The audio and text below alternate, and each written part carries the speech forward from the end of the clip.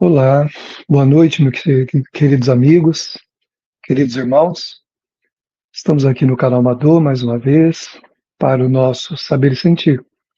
Esse momento que nos traz a oportunidade do refrigério, do bem-estar, do acolhimento, também dos benefícios que a espiritualidade pode nos conceder toda vez que estamos sintonizados com o seu amor e a sua ternura.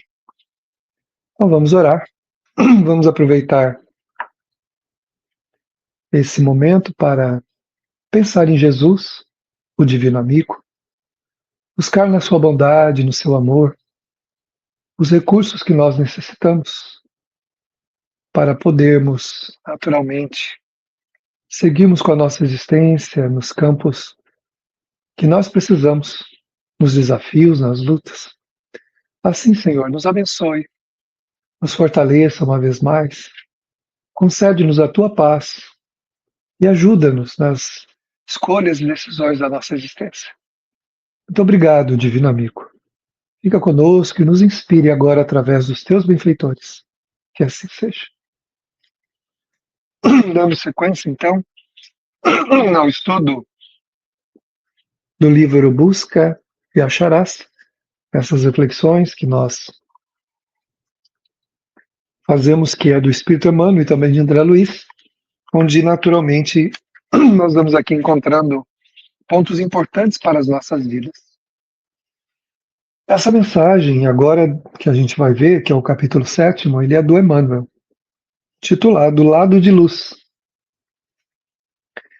E ele começa então nos dizendo assim: as provas na Terra apresentam sempre o lado de luz de que são mensageiras. Entretanto, para observá-lo, urge reconhecer os sinônimos espirituais de que essas mesmas provas se revestem, como sejam.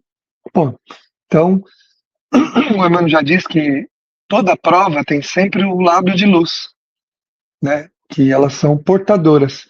Elas trazem para nós uma luz que nós muitas vezes temos que aprender a discernir, a entender, né? Através de alguns sinônimos, né? Através de algumas coisas que representam essa luz para todos nós. Então vamos ver o que ele nos ensina aqui. Encargo difícil, privilégio, né? Então a gente muitas vezes acha aquela atribuição que a gente tem na vida complicada, difícil, mas é para nós, dentro da nossa necessidade, não a do outro, nem para ninguém, mas para nós mesmos, é um privilégio. Porque Deus, em vez de nos abandonar na dor e no sofrimento, Ele nos traz ao enfrentamento para que a gente supere, cresça, melhore e seja feliz. Então é um privilégio poder ter determinados enfrentamentos, embora, é lógico, frágeis como somos, né, eu também o sou, a gente pode, às vezes, titubear, né, sentir aquele peso, sentir aquela dificuldade e não ver dessa maneira. Dever cumprido, sendo a libertadora. Só é livre aquele que cumpre o dever. Ou seja, faz o que deve, não o que quer. Quem faz o que quer, na maioria das vezes, se prende nas consequências do que fez. Quem faz o que deve, não o que quer, muitas vezes contrariando o que quer e fazendo aquilo que se deve, está livre. Livre das consequências e se libertando também de viciações e condicionamentos que traz como espírito para poder melhorar a pessoa que é. Então para que eu possa melhorar quem eu sou, eu preciso vencer aqueles limites estreitos em que eu me coloquei. Então eu venho para a Terra para fazer o que eu devo, para cumprir os meus deveres, não para fazer aquilo que eu quero. Que na maioria das vezes um contraria o outro, né?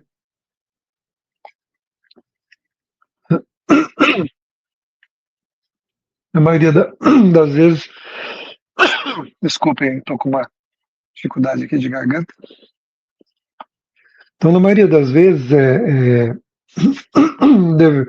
uma das formas de a gente se entender em paz e feliz é a consciência tranquila e o dever cumprido. Então, cada um de nós tem inúmeros deveres na existência. Se a gente for observar a nossa vida, nós temos uma série de deveres. Nós viemos para cumpri-los.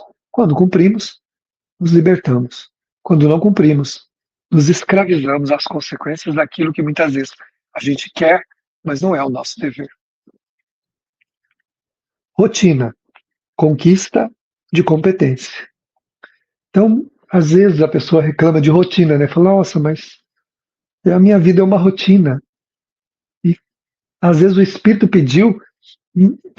implorou uma rotina, dada uma vida de ociosidade que tinha, ou de desprezo pelos deveres, pelas coisas, né? Ele, pelas atribuições, ele pede uma rotina. A gente não deve falar de si mesmo, né? Mas eu passei 41 anos no serviço público cumprindo o dever, assim, rotineiro, de ir para o trabalho e marcar ponto 4 vezes ao dia, de manhã quando chega, no almoço quando sai, à tarde quando volta e no final da tarde quando sai. Disciplinadamente, para que através do trabalho, dentro desse período do ponto marcado, você possa ter o teu salário, teu recurso. Isso me beneficiou muito, porque o tempo que ficava livre depois desse tempo que eu tinha que me submeter a uma disciplina e a uma rotina, eu podia fazer muitas coisas, inclusive as coisas da doutrina. Então, em vez de eu achar ruim, eu achei bom, porque esse esse tempo programado, como muitas vezes alguém não tem um dia incerto, né? Às vezes a pessoa levanta e fala, meu Deus, como é que vai ser o meu dia hoje? O que eu vou fazer? E às vezes a luta inclusive pela própria sobrevivência. Então a gente tem que agradecer muito a Deus a rotina boa, nobre, a qual a gente está submetido. Na rotina do dia a dia na família, com os desafios que a família tem. Quantas vezes a gente abandonou no passado família, abandonou responsabilidades de nem querer família. E hoje estamos ali naquela responsabilidade, naquela rotina, para que a gente faça o quê? Adquira competência. Precisamos nos aperfeiçoar, melhorar, né? E para isso a gente pede muitas vezes a bendita e abençoada rotina para as nossas vidas, que a gente reclama e fala que é isso que traz tédio, que é isso que traz desgosto, a rotina. Não, não é a rotina que traz desgosto, nem tédio. É estar num lugar com a cabeça no outro lugar. Então o que está acontecendo? Eu não estou me dedicando àquilo que eu estou fazendo. Naturalmente, não me sinto bem. E aquilo para mim é um entrave, ficar ali parado, naquele cumprimento do dever, fazendo as coisas, né? É um entrave, é uma dificuldade, porque eu queria estar em outro lugar. Mas enquanto nós não demos conta das nossas responsabilidades, dos nossos deveres, nós não nos aperfeiçoaríamos para outros lugares. E às vezes nem mesmo nessa vida. Então é preciso respeitar e abençoar a rotina que nos foi dada, para que a gente possa, através dela, cumprir os nossos deveres. Solidão é tempo de pensar. Sim, lógico que a gente não vai viver solitário, escondido, não tendo contato com ninguém, mas vez outra a vida nos coloca na solidão. Ela nos situa em determinados momentos sozinhos, para a gente pensar. Pensar e verificar como está indo a nossa vida, como é que nós estamos caminhando, como é que nós estamos trabalhando, como é que nós estamos vivenciando a nossa vida. A solidão ela tem essa função, fazer a gente pensar, fazer a gente avaliar. Contratempo, aviso benéfico. Às vezes a gente vai fazer uma coisa e surge um empecilho, um contratempo, uma dificuldade.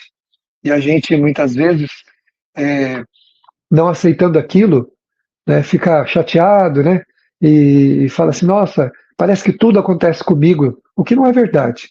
Né? Se a gente visitasse toda a humanidade, nós veríamos que nós não temos motivos para reclamar. E quando reclamamos, na verdade, estamos abominando o dever que nos trouxe à Terra, perdendo inclusive até esse talento, né? Como diz a parábola dos talentos, aquele que enterra o seu talento, não faz nada com ele, reclama, lamenta, nem ele, até o que lhe pareça ter, será tirado. Esse talento que é a nossa vida pode nos ser tirada e a gente ter uma condição muito mais difícil, às vezes na vida atual e depois também nas próximas vidas. Às vezes a gente tem uma dificuldade para avaliar se o caminho está certo também. Né? Então, às vezes algumas coisas dão erradas e a gente fala assim, nossa, mas Por que será que isso deu errado?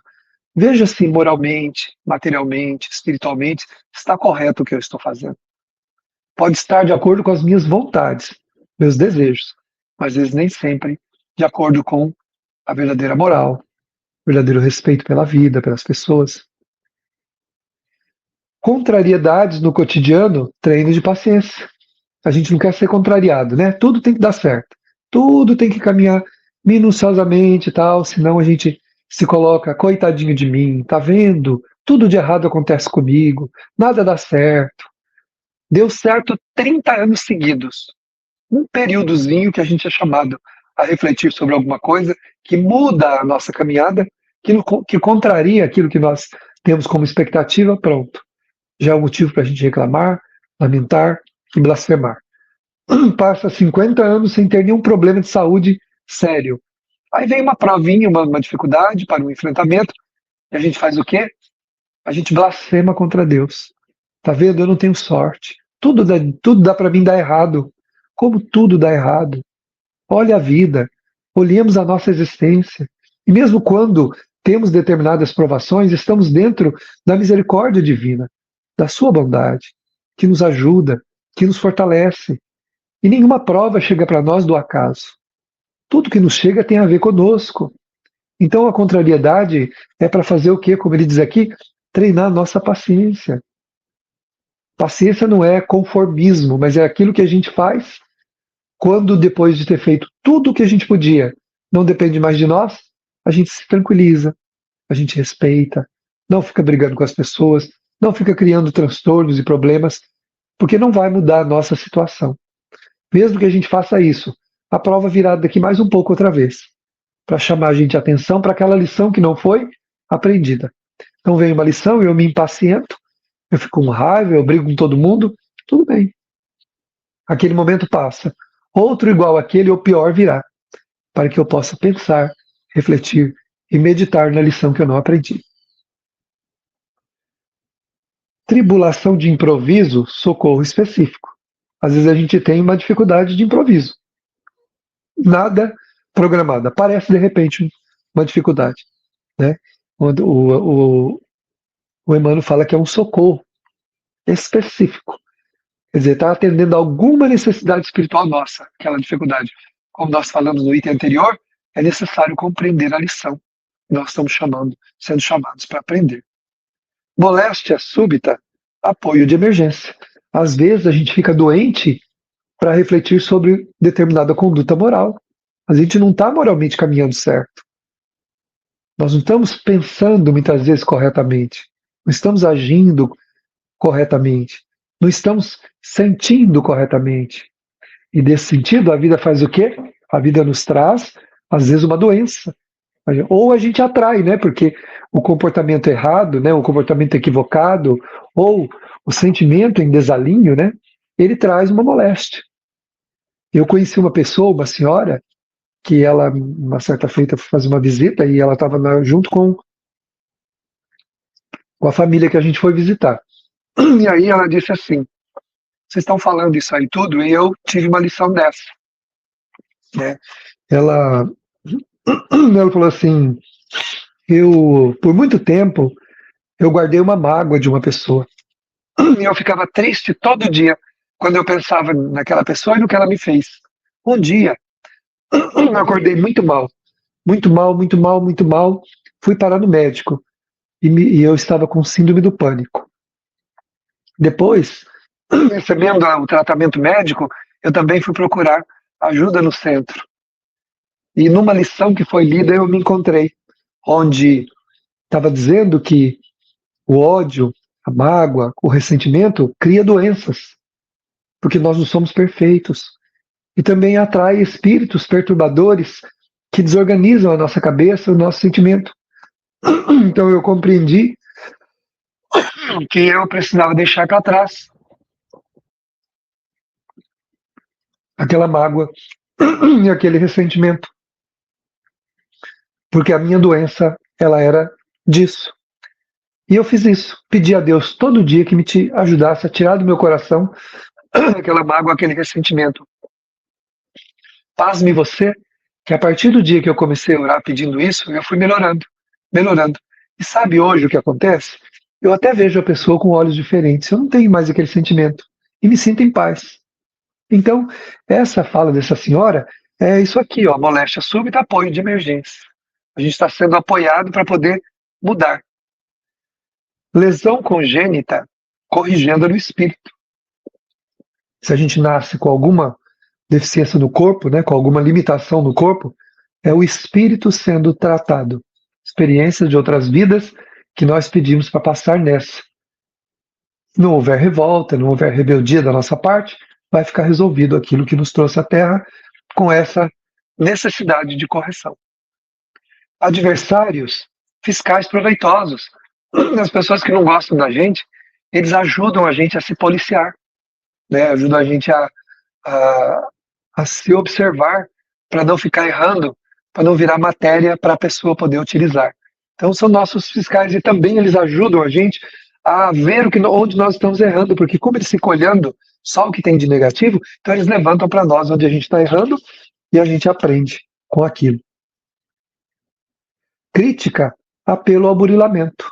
Então se a gente é criticado, é um momento da gente se burilar. A gente nunca admite muitas vezes aquilo que está onde a gente está sendo criticado.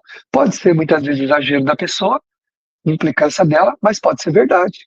Não é porque ela falou que a gente está errado. Está errado porque nós estamos fazendo coisa errada. Aí corrige. Quando a gente se corrige, a gente se burila, ou seja, a gente se dá polimento na nossa alma. Censura, convite ao reajuste.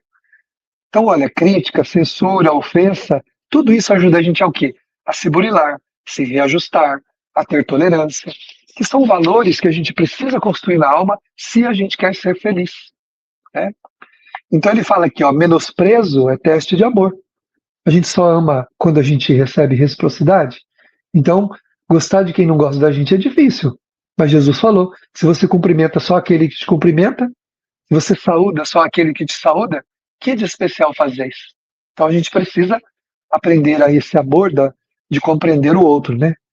A tentação é curso de resistência, ou seja, quando a gente é tentado em uma área onde nós temos uma fraqueza, é porque a gente precisa aprender a resistir e a não dar vazão, né? Porque muitas vezes a gente justifica, né? A gente usa de artifício e fala assim, eu sou assim mesmo, eu sou imperfeito. Não, eu sou imperfeito, sem dúvida, mas dizer que eu não posso resistir, isso não é verdade. Então ele diz aqui que a gente pode mudar isso, então. Fracasso, necessidade de revisão. Se eu acho que eu fracassei em alguma coisa, é necessário que eu revise aquele caminho que eu fiz. Se não tiver nada errado no caminho, nada na minha conduta, quer dizer que o caminho não era por ali.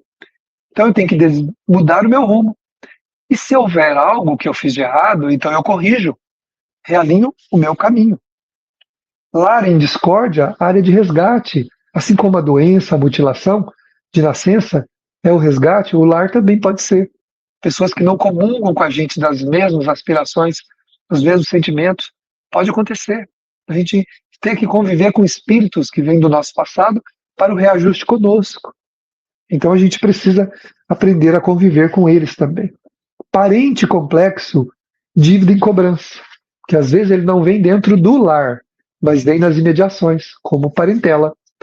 Está na mesma condição daquele que muitas vezes vem dentro do lar e a gente não tem afinidade. Então é o momento do reajuste. Lógico que a gente não vai morrer de amor por aquela pessoa. Nós não vamos inventar sentimento, nem pelo nosso familiar dentro do lar, nem pelo outro. Mas a gente pode viver em concórdia, respeitando, não criando contendas, olhando com compaixão, com misericórdia. Agora, amor é outra história, né? O amor vai nascendo com a convivência e com o tempo. Às vezes várias vidas vão ser preciso para isso. Obstáculo social, ensino de humildade. Às vezes nós somos rechaçados ou vistos socialmente de uma maneira que não é legal. Não tem problema. O importante é a nossa consciência. Quantas vezes o Chico foi criticado, censurado, falaram nas igrejas, falaram nos jornais, matéria até nacional a respeito do Chico. E o que ele fez? Manteve o caminho dele. Tudo aquilo que não é real, tudo aquilo que não é verdadeiro, se desconstrói, vai diluindo, vai desconstruindo. porque não é real. Então vivamos. Tem uma frase de um espírito, que eu não sei se é o Emmanuel, André Luiz, que ele fala assim: viva de tal forma que o teu detrator não tenha razão. Ué, se ele não tiver razão, vai se desconstruir. Se ele tiver razão, é o momento do nosso resgate. Só isso. Deserção de afetos, renovação compulsória. Às vezes, pessoas que a gente gosta muito se afastam de nós. É um momento de renovação do nosso sentimento. Algum motivo tem no tempo que gerou aquilo para o nosso aprendizado. A prova é nossa. Golpes, aulas para discernimento. Desilusão, visita da verdade. Prejuízo, identificação de pessoas. Decepções, informes claros. Renúncia, rumo certo. Crise, aferição de valor. Sacrifício, crescimento espiritual. Então tudo concorre para o nosso bem. A gente vê sempre para o lado negativo, como se Deus estivesse contra nós, coitadinho de mim, a vida não tem sentido, imagina eu viver numa família como essa, ter um pai assim, uma mãe dessa forma, os irmãos assim, os parentes assim, mas no trabalho também nada dá certo. Então eu coloco como vítima, coitadinho de mim, ai de mim. Isso não nos leva a lugar nenhum. Nenhum de nós é vítima. Nós estamos aprendendo a discernir, aprendendo a ser verdadeiros, que a gente nem sempre é e nem sempre foi, aprendendo a ter claridades na nossa percepção, né? E aprendendo a dar valor naquilo que tem valor. E deixar de lado aquilo que não é valoroso. Então, é aprendizado para nós. E aí o Emmanuel encerra dizendo assim: meditemos na significação oculta dos problemas com que somos defrontados no mundo e saibamos aproveitar, enquanto no plano físico, a nossa abençoada escola de elevação. Então, tanto as coisas boas quanto os desconfortos fazem parte da nossa escola de elevação. Então ele fala aqui que a gente precisa aprender, né, aproveitar essas experiências enquanto estamos no corpo, que a gente pode chegar no mundo espiritual e falar assim: ai, bem que eu podia ter convivido melhor com aquela pessoa, né? Bem que eu podia ter aceitado aquela crítica sem fazer nada, bem que eu podia ter corrigido aquela paixão negativa minha que me fez perder mais uma vez, bem que eu podia isso, bem que eu podia aquilo, mas aí o tempo passou e nós ficamos de novo implicados na lei de consequência e teremos que voltar para reparar, para aprender e a valorizar a vida como ela é. Então, existe sempre o lado luz de tudo quanto nos alcança. Basta que nós saibamos reconhecer. E assim, meu irmão querido, assim como o meu, qual é o teu lado sombra que precisa de luz? Qual é a experiência que você está passando, que eu estou passando, que estão me convidando à iluminação? Pensemos. E assim, envolvamos-nos com Jesus, o divino amigo, com a sua mente veneranda, seus olhos doces e ternos, e deixemos essa atmosfera nos impregnar, de uma maneira que o nosso coração se sinta acolhido, amparado, na problemática, na dificuldade que estamos enfrentando. Sintamos esse carinho de Jesus que nos alcança, essa luz esplendorosa que nos alcança. Percebamos ela tomando conta da nossa natureza, envolvendo-nos célula a célula, trazendo-nos saúde. Vamos dizer: eu tenho saúde. Cada diminuta partícula do meu ser tem saúde, tem luz. Porque nesse momento sinto Jesus em mim. Todas os miasmas, todas as negatividades desse instante estão sendo drenadas da minha natureza e eu me sinto em paz. Recebamos essa atmosfera amorosa de Jesus, percebendo esse abraço amoroso. Vamos dizer a Ele: muito obrigado, Senhor. Muito obrigado, meus amigos, meus irmãos.